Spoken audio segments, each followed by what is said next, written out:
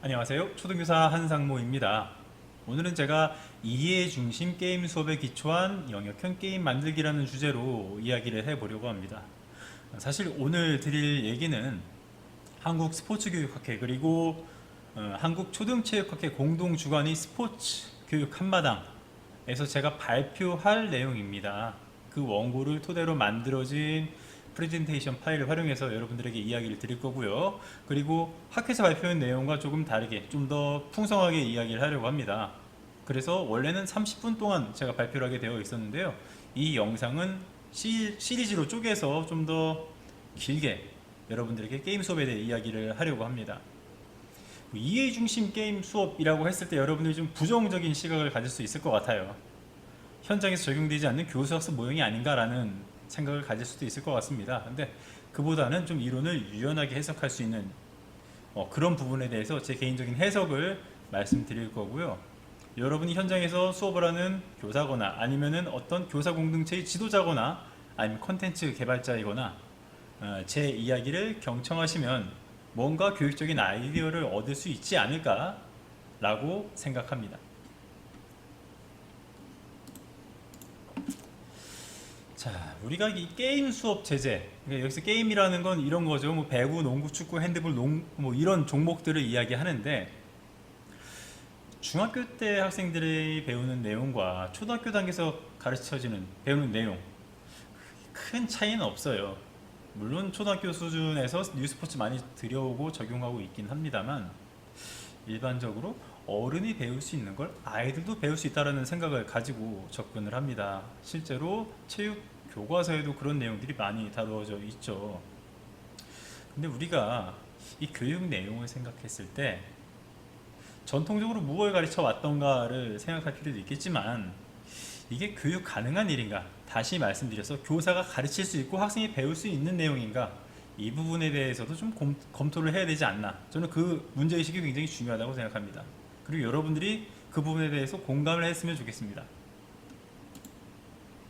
자, 제가 문제 하나 내봤습니다. 다음 문장의 오류를 잘 설명하는 사자성어를 쓰십시오. 한번 생각해 볼까요?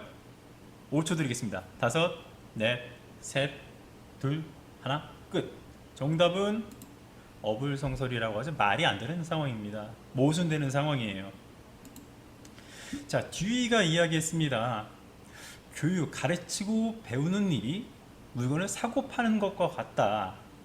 어떤 장사꾼이 물건 다 팔았습니다 했는데 산 사람이 없다면 이거 말도 안 되는 거죠. 교육도 마찬가지라는 겁니다. 교사는 가르쳤다고 하는데 실제로 학생들이 배우지 못했다? 이거는 교육이 아니라는 거죠. 자, 이런 듀이의 아이디어 여러분들은 얼마나 공감하십니까? 자, 만약에 듀이가 이야기한 대로 우리 교육을 물건을 사고 파는 일에 빗댈 수 있다고 한다면 성공적인 교육이란 과연 무엇일까요? 어떻게 우리가 성공을 가늠할 수 있을까요? 우리가 크게 두 가지로 생각해 볼 수 있을 것 같습니다. 하나는 교수자의 행위를 통해서 교육의 성공을 가늠할 수 있겠고요. 또 다른 하나는 학습자의 실제 성취를 통해서 가늠할 수도 있을 겁니다. 첫 번째로 교수자의 행위. 이거 정말 많이 해왔어요. 전통적으로. 예를 들어서 수업 실기 대회 같은 이런 장면 떠올려 봅시다. 장학이나 이때 수업을 평가하는 사람들은 교사의 말이나 행동을 보고요. 수업 계획안, 지도안이라고 하죠. 교수 학습안을 검토합니다. 그럼으로써 이 교육이 성공적인가 아닌가를 보게 되죠. 반면에 두 번째로 학습자의 성취를 기준으로 교육의 성공 여부를 판가름할 수도 있을 겁니다. 실제로 학생이 얼만큼 변화했는가, 학생의 성적이 어느 정도 되는가, 이걸 통해서 평가할 수 있다는 거죠. 물론 이게 후자의 경우에는 결과지상주의다라는 이야기가 나올 수 있고요. 그리고 각각의 교사에게 굉장히 부담스러울 정도로 책무성을 부과한다는 문제가 제기될 수 있습니다. 그럼에도 불구하고 저는 여러분들이 이 후자, 학습자의 성취를 기준으로 우리가 교육의 성과를 바라보아야 하지 않는가, 여기에 좀 공감을 해줬으면 좋겠다는 거죠. 그러니까 교사를 쪼아야 된다 또는 결과지상주의를 추구해야 된다 이 이야기가 아니라 어떤 교육이라는 이 현상에 대해서 포커스를 학습자에게 두자는 겁니다. 학생들은 과연 내 수업 시간에 뭘 배웠는가, 무슨 생각을 하는가, 여기에 관심을 갖자는 이야기입니다. 자, 제가 화면에 초등학교에서 자주 볼 수 있는 점프볼 그려보았습니다. 이 점프볼 보면은 점점 높아지는 구조로 되어 있어요. 공이 점점 높아지죠. 그래서 학생들은 자신의 키에 맞는 자기가 점프해서 칠 수 있는 공만 때릴 수 있습니다. 저는 여기서 존 듀이가 이야기한 계속성과 상호작용이라는 개념이 떠올랐어요. 여기서 계속성이라는 게 뭐냐면 학습의 원리로서 끊임없는 조절과 수정을 통해서 발전해 나간다, 배워간다는 개념이고요. 그리고 상호작용이라는 건 학습자의 내적인 경험이나 내적 조건뿐만이 아니라 이 경험이 외부의 환경, 교육 또는 학습 환경과 맞물려서 학습이 이루어진다는 거예요. 그러니까 환경 없이 스스로 공부할 수 있는 상황은 일어나지 않는다는 건데요. 자, 다시 또 이제 점프로 돌아가 보겠습니다. 학생이 점프를 해서 닿지 않는 공, 점프는 하겠지만 공을 쳐보진 못해요. 그래서 손바닥으로 공을 때리는 경험을 하지 못하게 됩니다.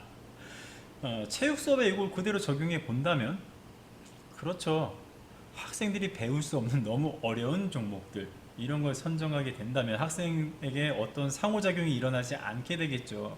그렇게 되면은 뭐 학생이 어떤 경험이 지속적인 계속적인 성장에 큰 영향을 못 미치게 됩니다.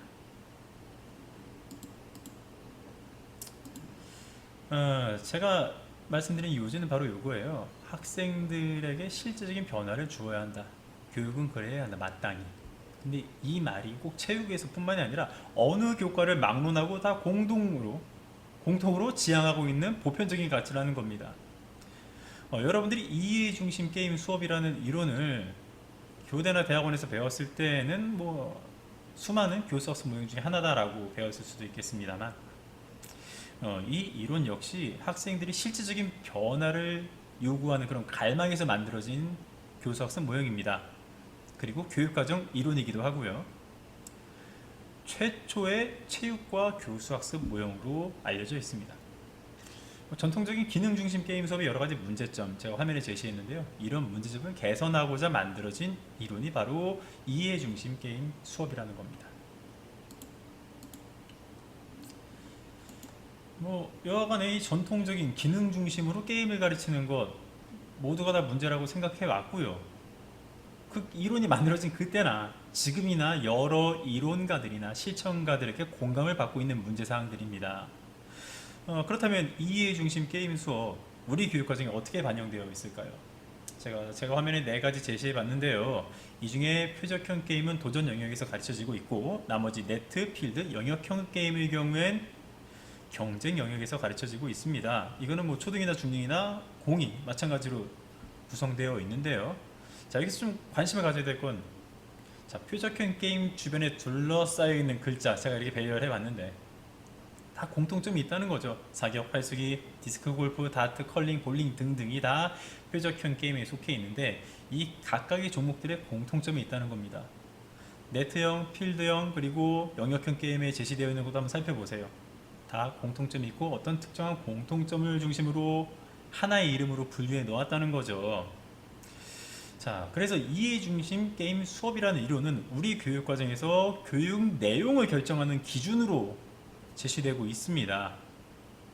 그러니까 수업의 절차로만 우리가 잘 알고 있어요. 예를 들어서 게임을 먼저 가르치고 그 다음에 탐색해보고 생각해보게 한 다음에 다시 게임으로 돌아가는 그런 구조, 그런 구조로만 우리가 잘 알고 있는데, 실제로 이 이론은 게임을 분류하는 기준을 제시하고 있습니다. 그리고 교사들은 어떤 특정 종목을 가르치는 것이 아니라 이 범주에 속해 있는 어떤 종목이든 학생의 수준이나 수업 환경에 맞게 선택할 수 있게 제시되어 있다는 겁니다. 요컨대 요약하자면 어떤 귀납의 기초에서 만들어진 거죠. 영역형 게임에 속하는 수많은 종목들의 공통점을 추리고 이 공통점을 가르칠 수 있는 어떤 거든 가르쳐도 된다. 그러니까 다양한 게임이나 스포츠 전통상에서 이 유사성에 근거해서 그 원리를 가르쳐야 된다. 그래서 그런 점에서 보면 이거는 어떤 귀납적 분류다 라고 생각할 수가 있겠죠. 근데 제가 이 이야기에서 말씀드리고자 하는 건, 거꾸로 이런 기준을 바탕으로 새로운 게임 또는 새로운 과제를 개발할 수 없을까? 다시 말씀드려서 연역적 생성으로 이 이론을 해석할 수 없을까 하는 것입니다. 최근에 초등학교에서는 특히 그 놀이 중심의 활동들이 많이 개발되고 있는데요. 가끔 보면 그 놀이들이 왜 가르쳐져야 되는지 잘 모르겠더라고요. 학생들을 움직이게 하는 것, 이게 과연 체육일까요? 보통 일반적인 교과가 가지고 있는 특징 중 하나는 문제 해결력을 길러주는 겁니다. 다시 말씀드려서 체육 수업에서 게임 수업에서 우리가 가르치는 건 신체 활동, 몸을 많이 움직이게 하는 게 전부가 아니라는 거죠. 표적형 게임에서의 문제 해결 능력, 네트형 게임에서의 문제 해결 능력, 필드형, 영역형 게임에서의 문제 해결 능력을 가르쳐야 하기 때문에 우리가 놀이체육으로서 체육을 접근한다고 하더라도 그 놀이체육의 해당 종목에서는 이런 공통적인 원리, 문제 해결 능력을 가르쳐야 된다는 거죠. 그래서 저는 게임을 만드는 원리로서 이해 중심 게임 수업을 접근해야 한다고 생각을 하고 초등체육을 이끌어가고 많은 자료를 컨텐츠를 만들어서 공유하는 분들도 요거에 대한 기본적인 이해가 있어야 된다 라고 여러분들께 이야기하는 것입니다. 자, 제가 아까 전에 이해 중심 게임 수업 TGFU라고 하는데 이걸 왜 연역 생성의 원리로 봐야 하는가? 아주 중요한 이유가 있죠. 자, 제가 또 점프볼 두 개를 그려놨거든요. 게임 수업이 단지 재미를 준다거나 신체적인 건강을 위해서 하는 것이 아니다라고 말씀드렸어요. 게임 수업의 목적은 어떤 특정 유형의 게임 상황에서 움직임에 대한 문제 해결 능력을 길러줘야 된다는 것입니다. 아래 그림이랑 위 그림 한번 비교해 볼게요. 자, 높이가 다른 점프볼이 있습니다. 근데 학생 키는 더 클 수도 있고 작을 수도 있죠. 그런데 만약에 키가 작은 학생에게 점점점 높아지는 점프볼을 다 쳐봐라 라고 한다면 칠 수 없겠죠. 칠 수 없습니다. 점프는 할 거예요, 물론. 자, 그런데 닿지 않는 공에 팔을 휘두르는 이 행동, 이게 완전한 경험일까요? 물론 생리학적으로 점프를 해보겠죠. 근력 운동 됩니다. 순발력 운동은 되고. 하지만 공을 타격하는 경험을 할 수 없고요. 공을 타격하는 그 성취감, 성공에 대한 경험도 할 수가 없습니다. 그런 의미에서 키에 맞지 않는 점프볼을 치라고 하는 것은 그다지 불완전하다. 불완전한 경험이고 교육적으로 적절하지 못하다 하는 것입니다. 자, 이거 체육 수업에 그대로 적용이 됩니다. 학생들이 배울 수 없는 그런 종목을 선택해서 가르치는 것, 이게 과연 교육적일까요? 여러분들도 한번 생각해 보시길 바랍니다.